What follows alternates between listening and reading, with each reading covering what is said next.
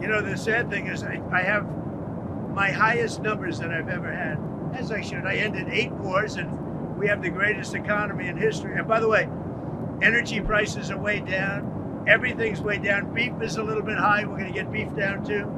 But prices are down and the economy's up. The only thing that's not down is the stock prices. And 401ks are through the roof. Everyone's 401ks hitting records.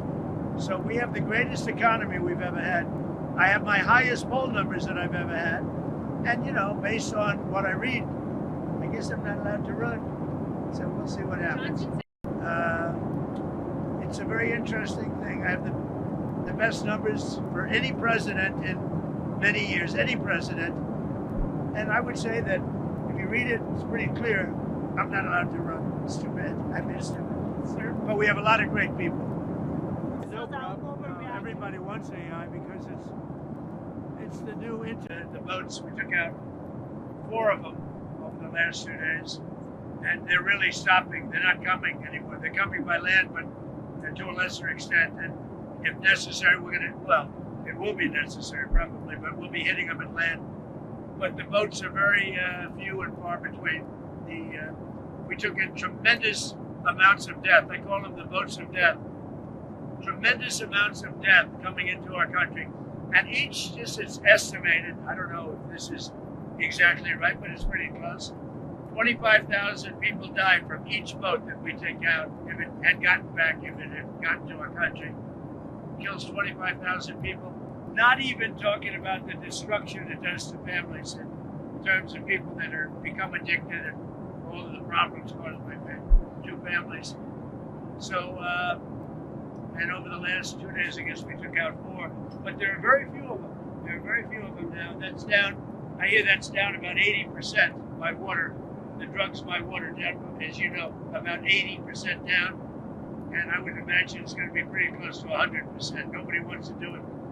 And we'll be, and we already are. We're stopping them on land also. Sir, what is China? We're actually making our country safe. Think of it. I'm just saying as I speak to you, very simply, we're making our country safe. It's a beautiful thing. Sir, what is China doing to justify removing fentanyl tariffs? Well, I think they're going to do things that, you know, they have an industry that has to do with drugs. The fentanyl has other reasons for being. And we have to get rid of it. We have to stop it. And now we're stopping it at the border to a very much larger extent than ever before. Under Biden, you had open borders and stuff was flowing in. I think they killed 300,000 people last year. Fentanyl, drugs coming through the southern border. And now nobody gets through the southern border. We just had another report of a zero. 0 people came.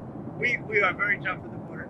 And we're allowing people into our country, but they're coming in legally through the legal process. And I want to commend, I have to tell you, our border agents, our border patrol agents, they've been amazing. And ICE, these people do such a great job. What they're doing, Memphis is making tremendous progress, as you know, is extremely dangerous. And already it's down to less than 50%. A lot of criminals, career criminals, people that came in illegally have been brought back to their countries and never to come back again.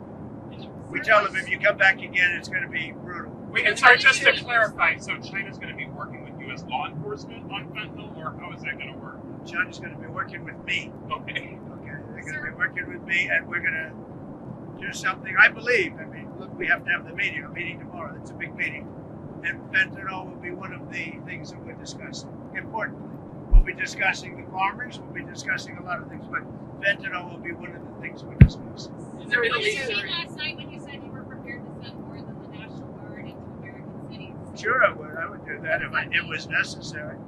You know, if it was necessary, I'd do that, but it hasn't been necessary. We're doing a great job without that, but yeah, if it was necessary. As you know, I'm allowed to do that. Do you need other branches of the military you would send in, or? If it were, who are you with? The New York Times. Well, that's very good, very good. Well, if you write it correctly, I'll give you the answer. But, you know, I want to enact a certain act. I'm allowed to do it routinely, and about 50% of presidents have used that, as you know. And I'd be allowed to do whatever I want. but we haven't chosen to do that because we're doing very well without it.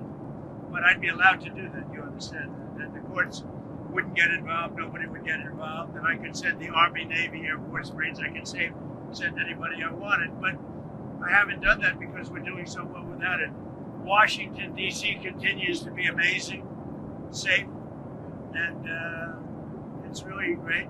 Companies are moving from Mexico back into the United States. They took our car companies a long time ago, 30 years ago, and more. We lost about 57% of our automobile manufacturing over the decades. And it's all coming back because of tariffs. It's all coming back. And the tariffs are really national security as much as anything else. It's national security in many ways, but one of the ways that it's national security is we're building up great wealth because of tariffs. And that, you need wealth to be secure. But it's, in a more traditional sense, also national security, very important. But we're bringing back our auto plants that deserted us 20 and 30 years ago. They're all coming back. Last night, I met with Mr. Toyota, and we had an amazing meeting. I said, "What's your name?" "Toyota." I said, "You're rich." And he's going to invest, think of this, $10 billion in the United States to build manufacturing plants. They'll build their cars with American workers largely. They have the right to send some experts, but they're going to be building cars in the United States. So we're getting all of our manufacturing back in the car business. And AI, we're leading China, we're leading the world in AI. We're getting them rapid approvals on energy. I've allowed them to produce their own energy for each plant, so that rather than relying on an old and somewhat weak grid, the electric grid, they build their own energy, and then if they have excess energy, they sell it back into the grid. So it's great. It's really worked out well. It's allowing them to build rapidly, and they are building all over the United States. Sir, could we get your reaction to Israel striking in Gaza again? Well, as I understand it, they took out an Israeli soldier. I just heard about it a little while ago. They killed an Israeli soldier, so the Israelis hit back, and they should hit back. When that happens, they should hit back. Do you think does that worry you about the ceasefire? Does that jeopardize the ceasefire in any way? No, nothing's going to jeopardize. You have to understand, Hamas is a very small part of peace in the Middle East, and they have to behave. They're on the rough side, but they said they would be good, and if they're good, they're going to be happy, and if they're not good, they're going to be terminated. Their lives will be terminated, and they understand that. And we have many countries that are willing to do that. We have many countries, even Japan today, said we'd love to be involved in the Middle East, and we can help you by sending anybody, by sending people, including experts. But we have many countries that would do that, not just Israel. No, that's a very strong piece. Hamas is a small thing, but they kill people. They grew up killing people, and I guess they don't stop. But nobody knows what happened to the Israeli soldier, but they say it was sniper fire, and it was retribution for that, and I think they have a right to do that. Is it possible that there are fringe elements within Hamas that are trying to undermine? I think there are, because we actually met with people that were leading it, and they really want to see, and they really, in my opinion, based on the experts that dealt with them, I think they're unhappy when they see some people being killed. Will Hamas Not like it was, by the way, but some people being killed, we don't want that. Will Hamas decommission its weapons? That's a key part of the next. Yeah, we're looking at that right now. That's starting because we're getting into phase 2, and that's starting. You have to understand, Hamas is a very small part of the overall Middle East peace. We have peace in the Middle East.